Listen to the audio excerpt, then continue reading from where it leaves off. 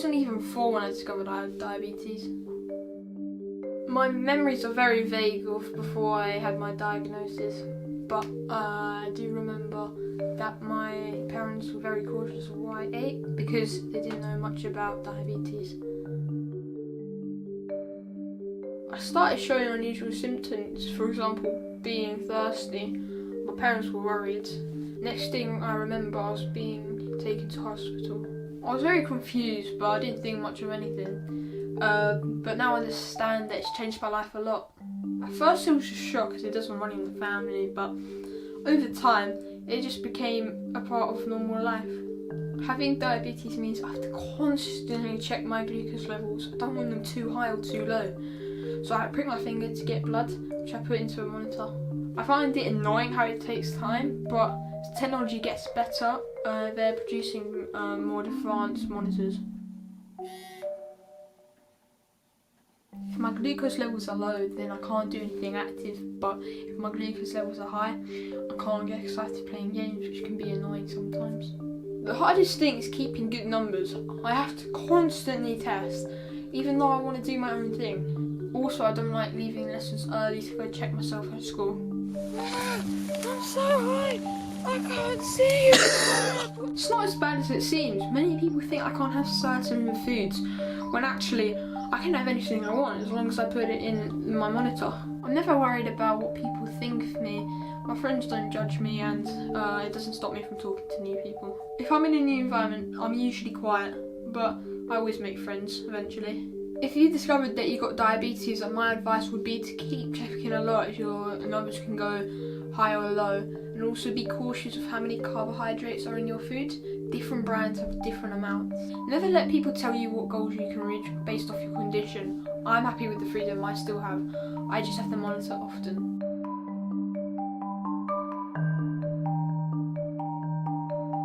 If you discovered diabetes, your life will still be as great as you hope it to be.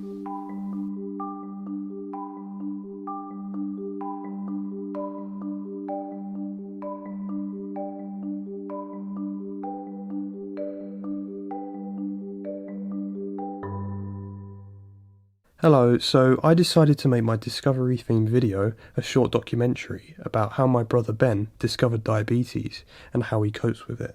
It's something I've thought of making for a while and now seemed like the perfect opportunity to do so.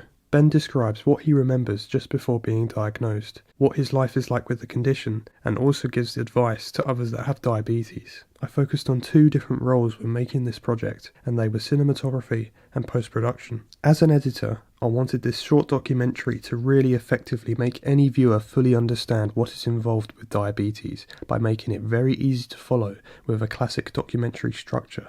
As a DP, I wanted to visualise as best as I could what Ben's life looks like with diabetes, immersing the viewer into his life, and also to make it reassuring for anyone that has just discovered the illness. I also wanted to make sure that I retained the viewer's attention throughout, and so it was important to have good shots being shown in relation to what Ben is talking about. The material that inspired me whilst making this documentary was simply the material that had been given to us from our lecturers for this module. I'll start with the role within cinematography. Both Barry and Tunji made me understand the key aspects of lighting, including the basic techniques such as using a bounce to reflect light on a subject and putting a diffuser in front of a light to soften both the light and the shadows.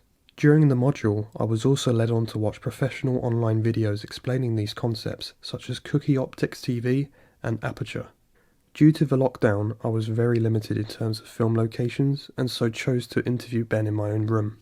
The setting of where my brother was being filmed used natural daylight, as I'd learnt that natural daylight is impactful when used for interviews and documentaries. I read this book by Blaine Brown, which said that window light can be some of the most beautiful light of all if you use it right. Blaine's book also states that an image that has a broad range of tones, with subtle gradations all along the way, is going to be more pleasing to the eye, more realistic, and have more impact. I used a mirror to act as a bounce to add some extra light, so the contrast on Ben's face wasn't too sharp, but not completely removed. I'm not sure it made a massive difference, but it was the best thing I could find. So the lighting technique is generally a split light, which Tunji gave me an example of, and I think it worked well. I made sure the background was plain and allowed Ben to stand out to ensure he attracts the viewer's attention. This agrees with Blaine's book, which says that the way to do it is to make the area behind the main subject significantly darker or brighter than the subject. For the interview shot, I also laid out Ben's equipment to emphasise the topic being spoken about. I learnt all about depth of field with Tunji and made plenty of notes about it. I made sure to have a shallow depth of field whenever I wanted Ben to be the centre of attention in any shot, as it isolates the character from the background and creates a safe and gentle atmosphere. I also used a deep focus for times where I wanted Ben's environment to be appreciated, as I'd learnt that it gives the illusion of depth and informs the audience that the environment is relevant to the story. Throughout the film, I showed moments of Ben on a bike ride, as I thought it would make the documentary flow better and be more satisfying for the viewer to watch. This is inspired by interviews I'd seen online with cinematographers, where you see shots that move along with what they are explaining. And I know it's important to keep continuity, as Blaine's book also stated that when the audience is aware of continuity errors, it makes them aware they are watching a movie and breaks the illusion. I also thought the bike ride could signify how his life is just like any other kid, creating a sense of reassurance. You could even go as far as to say that the bike ride signifies his journey through life so far, with the ramps being obstacles he's tackled and overcome. Once again inspired by what we were taught in the module, I used the focus pulling technique for a couple shots, as Tunji taught that it informs the audience what is important in that moment in relation to the story. This was also inspired by the rack focuses seen in the Bond film Casino Royale. Most shots shown whilst Ben is talking are handheld, which is a classic feature for documentaries. Blaine's book explains that handheld has a sense of immediacy and energy that cannot be duplicated by other means. It suggests a documentary approach, and thus subtly implies that you are there and it's really happening. I wouldn't go as far as to say that I was trying to immerse the viewer into the bike ride, as it would take away the viewer from the actual story, but I believe it adds more realism to the documentary as a whole. I created a point of view shot to show the procedure Ben has to go through to monitor himself, and I thought this would immerse the viewer into the life of Ben. This again agrees with Blaine's book, which explains that third person is completely objective and first person is completely subjective, and goes on to say that objective means merely showing or stating what is happening without getting involved, whilst first person means we are completely engaged in every way. I used a camera slider to create the school bag shot. I thought the shot was a professional way of symbolising Ben's brief topic about school. However, I don't think the lighting worked well. I tried creating a lighting setup that would emphasise the bag and shoes as the subject, but the objects just looked fuzzy and overly dark still. I think my focusing was also off. I thought it was important though to light the objects in order to avoid flat lighting, as Blaine's cinematography book states that flat lighting erases the natural three-dimensional quality of the subject. What also didn't go so well was exposing shots in general. Admittedly,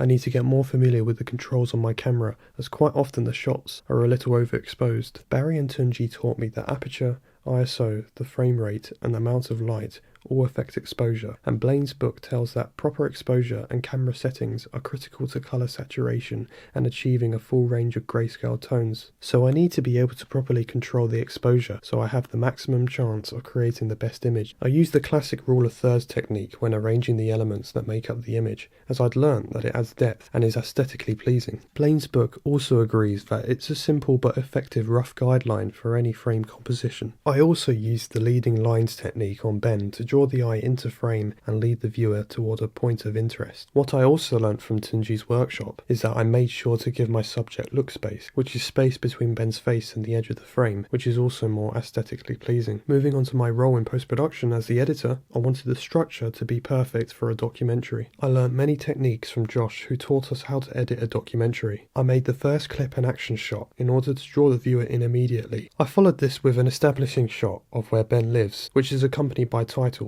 and Josh had taught us to do this in order to make it clear to the viewer what the environment is. This was also inspired by Josh's Afghanistan documentary, which opens in a similar way. I also had Ben prepare a dramatic first sentence to set the tone and once again grab the attention of the viewer. Josh also taught us how to put together J cuts, where you hear something before you see it, and L cuts, where you see something before finishing hearing something. I used these techniques throughout to enhance the continuity of the documentary. As I was depending on natural daylight, the lighting of the room was constantly changing, and so I colour graded afterwards the best I could in order to make the lighting look constant. Finally, I'm also really lucky that my dad is a musician, and so he was able to quickly compose for me a short piece of music which was timed perfectly to the film. Overall, I think I've done well in applying the techniques I've been shown in this unit. As a person who's really interested in cinematography for a pathway, I think I've grown a lot as a DP, as I've mastered many techniques and understood how important light and shadows really are in creating depth. I feel I've also grown as an editor, as I now know how to structure specific types of media, be it documentary or film, and I know the types of cuts and when to use them. In the future, I definitely need to ensure that I know all the controls of the camera that I'm using, so that I can fully control the lighting situation, which is the most important thing as a cinematographer. However, with the restrictions of the lockdown, I really think I was able to use my limitations to my advantage and create a really reassuring message for people suffering with diabetes. Thanks for listening.